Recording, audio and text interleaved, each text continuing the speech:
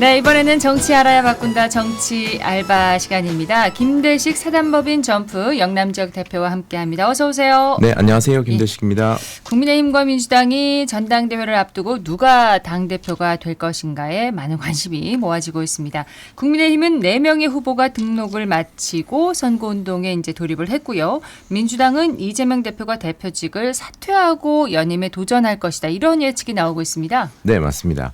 먼저 여당인 국민의힘부터 좀 살펴보겠습니다. 한동훈 전 비대위원장, 원희룡 전 의원, 나경원 의원, 윤상현 의원이 당대표 후보로 등록을 마쳤고요. 그렇습니다. 본격적인 선거운동에 돌입했습니다.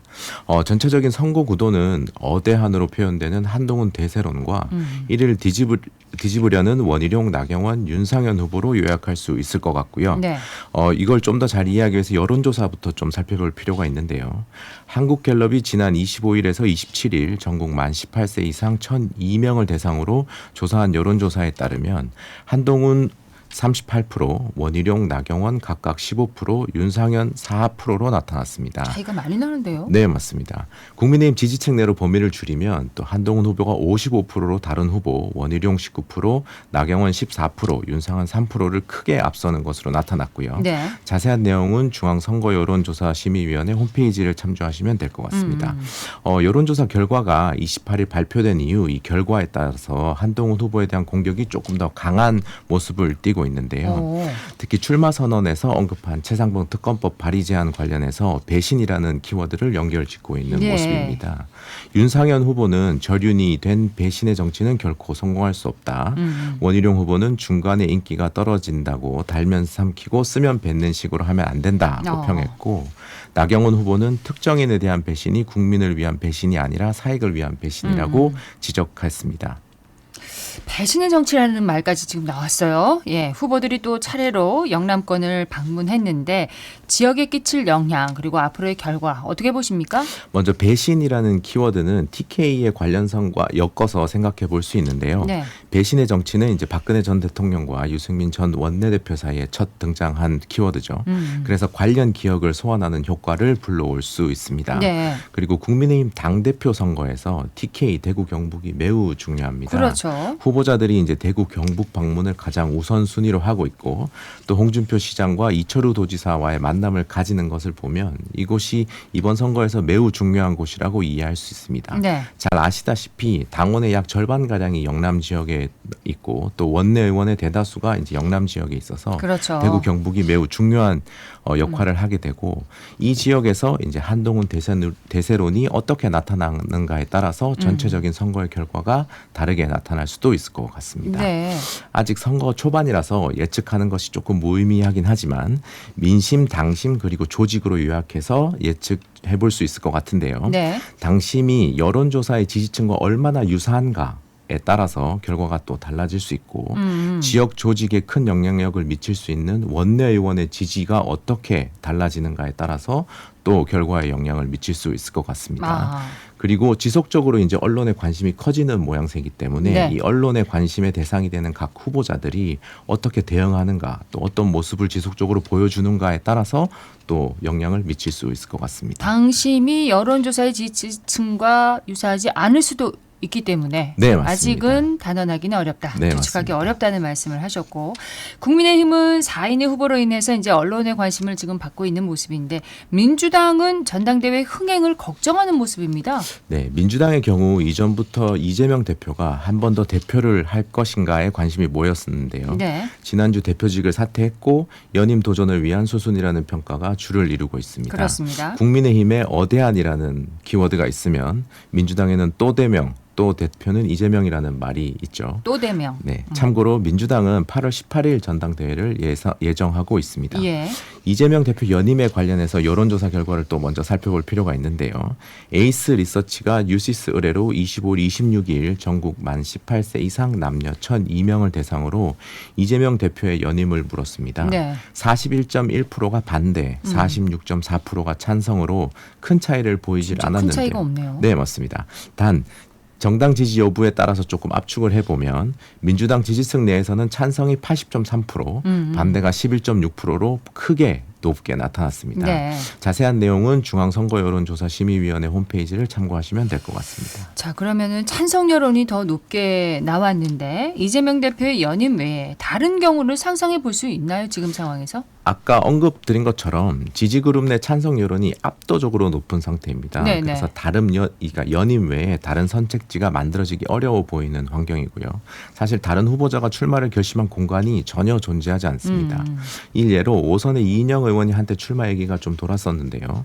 불출마를 선언했고요. 예. 김두관 전 의원 역시 출마에 대한 언론의 언급이 존재는 하지만 아직 공식적인 출마 불출마 선언은 없는 상태입니다. 그러니까 1인 후보는 흥행에 별 도움이 되지 않는다. 네, 맞습니다. 이런 얘기네요. 국민의힘 사례를 보면 지금 4인의 후보가 나오면서 언론의 주목을 많이 받고 있잖아요. 네. 그거에 비하면 1인 후보는 전혀 흥행에 도움이 되지 않습니다. 지금 국민의힘을 보면 후보가 얼마나 중요한지를 다시 한번 확인하는 계기가 되고요. 여기에 대해 후보의 변화가 없기 때문에 변화, 혁신과 같이 긍정적인 키워드가 또 따라 붙기도 힘든 모양입니다. 네. 1인 출마 시에 선출 방법이 아직 정해지진 않았지만 만약에 추대의 형태를 또 띈다면 긍정적인 이미지보다는 권력을 독점하고 있는 부정적인 이미지가 조금 더 크게 만들어질 것 같습니다. 네.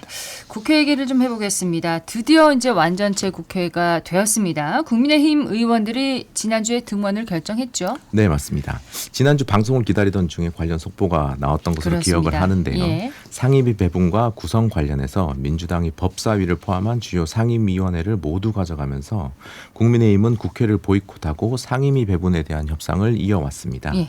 하지만 변화는 없었고요. 민주당에서 제시한 7개의 상임위원회를 수용하는 것으로 마무리되었습니다. 추경호 원내대표는 민주당의 입법 폭주와 의회 독주 저지를 위해 원내투쟁을 본격화하겠다고 강조했고요. 네. 주 원내대표는 원내대표직에 대한 사의도 당시 표명을 했었습니다. 하지만 이후 의원들의 재신임이 있었고 원내대표직에 복귀하였습니다. 예. 국민의힘 의원들이 등원하면서 주요 상임위원회에서 언론의 주목을 받는 장면들이 많이 만들어졌는데요. 특히 법제사법위원회에서 정청래 위원장과 유상범 의원 간의 논쟁이 그렇습니다. 언론의 주목을 좀 받았습니다. 예. 국민의힘 의원들이 원내로 들어가면서 사실 힘의 균형이 어느 정도 맞춰지고 또 언론의 관심이 조금 다른 곳으로 돌아가는 효과를 만들어낸 것도 있고요. 또 양당이 강조한 것처럼 정쟁이 사실 건설적인 토론과 논의로 진행되는 국회가 될 수 있는 기대감을 가지게 합니다. 그런데 이제 원구성을 한 달 만에 이제 완료했고 또 민생에 집중을 한다고 하지만 기대와는 달리 국회가 앞으로 과연 생산적인 활동을 할 수 있을지 할지 이렇게 우려가 크거든요. 네, 맞습니다. 어떻게 보십니까? 언론의 관심을 크게 받고 있는 최상봉 특검법 외에도 방송 3법, 방송법, 방송문화진흥법, 한국교육방송공사법, 예. 그리고 방통위 설치법 개정안, 김홍일 방송통신위원장의 탄핵소추안 등이 여전히 주요 안건으로 등장해서 국회 내 정치적 투쟁이 이어질 것 같습니다. 마침 오늘 또 운영위원회가 잡혀있기 때문에 예. 또 이 부분도 언론의 관심을 많이 받는 것 같고요.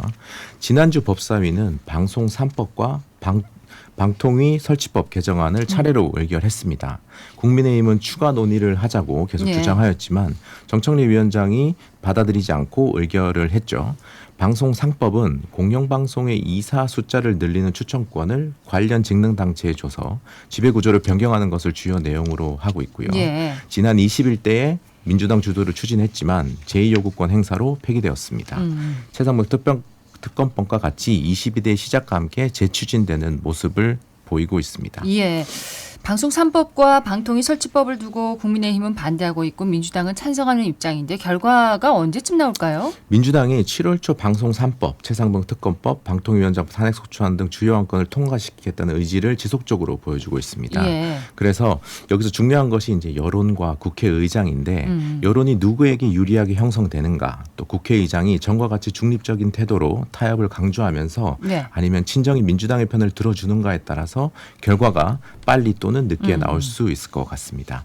여기에 22대 국회 첫 대정부 질문을 앞두고 있고요. 네. 내일부터 3일간 진행되고 민주당은 의혹을 더욱 키우는 방향으로, 국민의힘은 입법 독주의 부당성을 강조하는 방향으로 진행될 것으로 보여집니다.